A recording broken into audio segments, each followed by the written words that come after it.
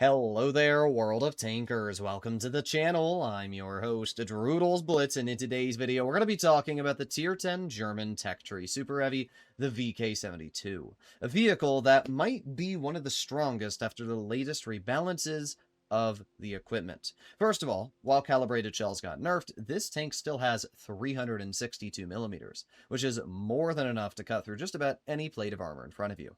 If that's not good enough, it also features tungsten, which means that you can trade a lot of damage. This thing already hits for 600, so if you have tungsten active with your 600 alpha, you have the ability to deal upwards of 700 damage per shot, which is pretty devastating.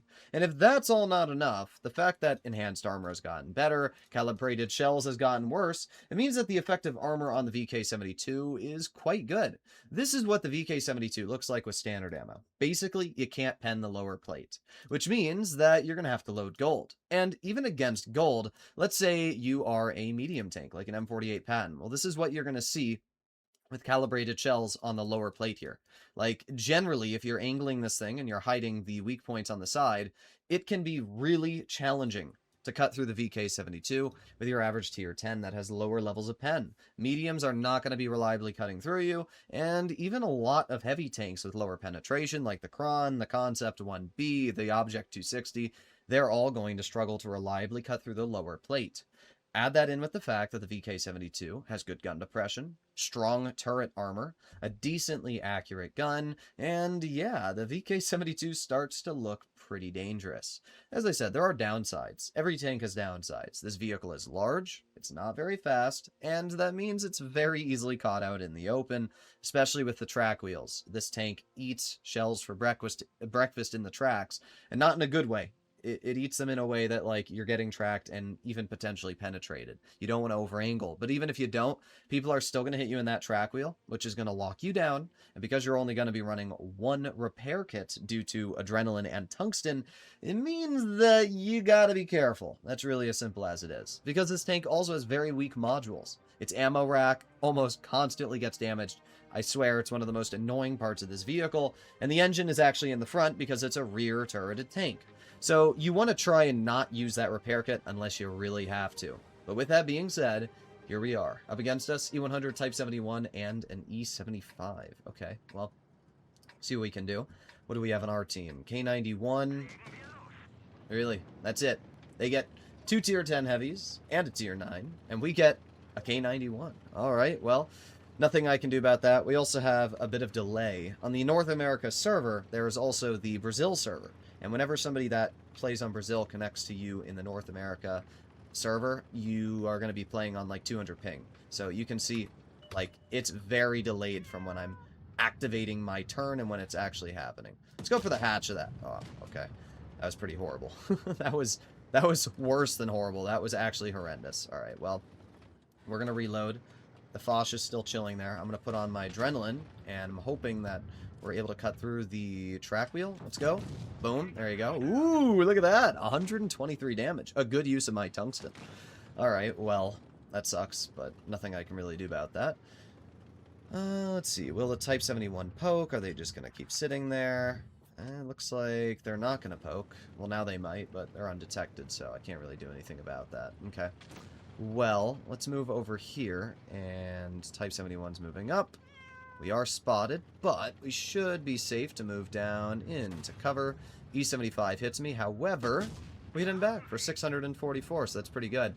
Obviously, with a gun that hits hard, you can outtrade a lot, and that's definitely one of my favorite parts of the VK, is just how hard it hits.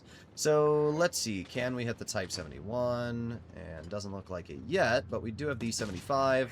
There you go, another 600 juicer right into his vehicle. E100 just got utterly obliterated.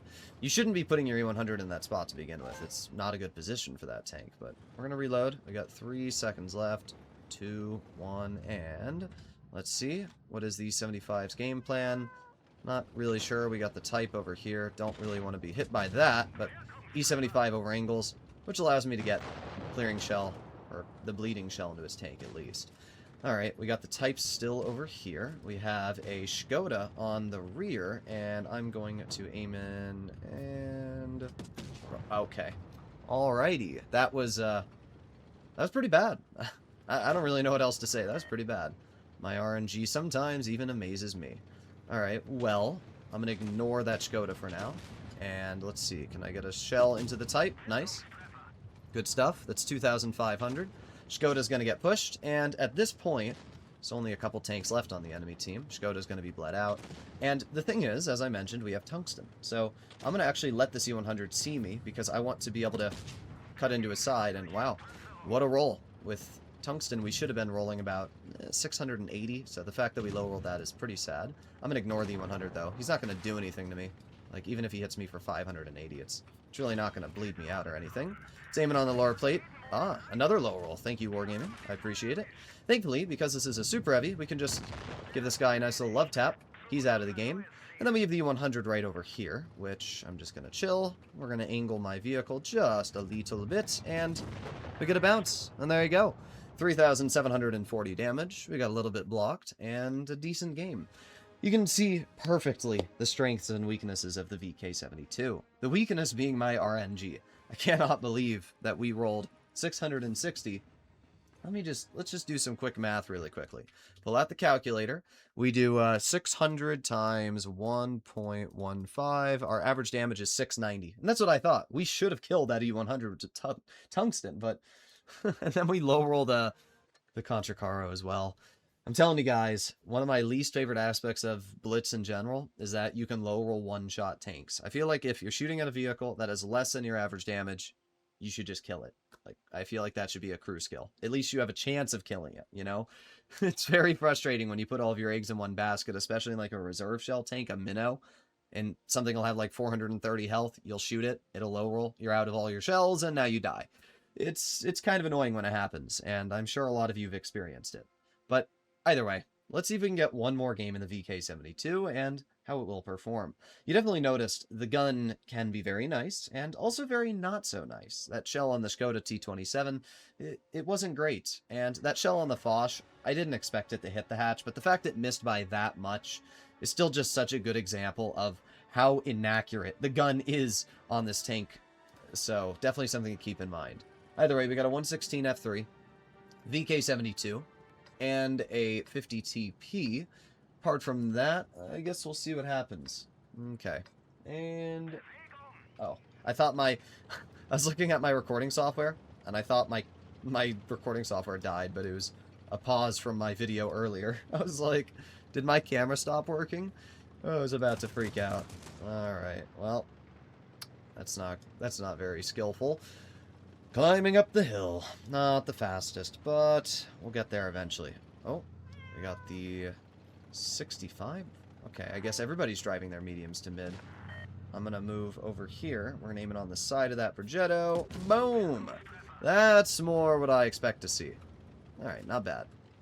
Not bad at all. Help my teammate cap the base. And let's see if we can get another shell into the prog. Come on. Oh, you know what? We can hit the VK. What? Not only did he hit me for 700, but he hit that little thin bar. Wow. I'm telling you guys, some of these players get just the dumbest luck. Like, that is insane that they hit that shell. That is actually insane.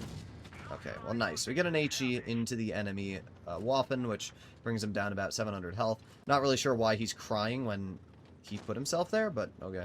Not really my problem, is it now? We're going to reload again, and let's see if we can get another potential bleed. Okay, I guess that VK72 is the GOAT. I don't even know where he penned me that time. Alright, well, we're still dealing damage. Got a bounce from the Waffle.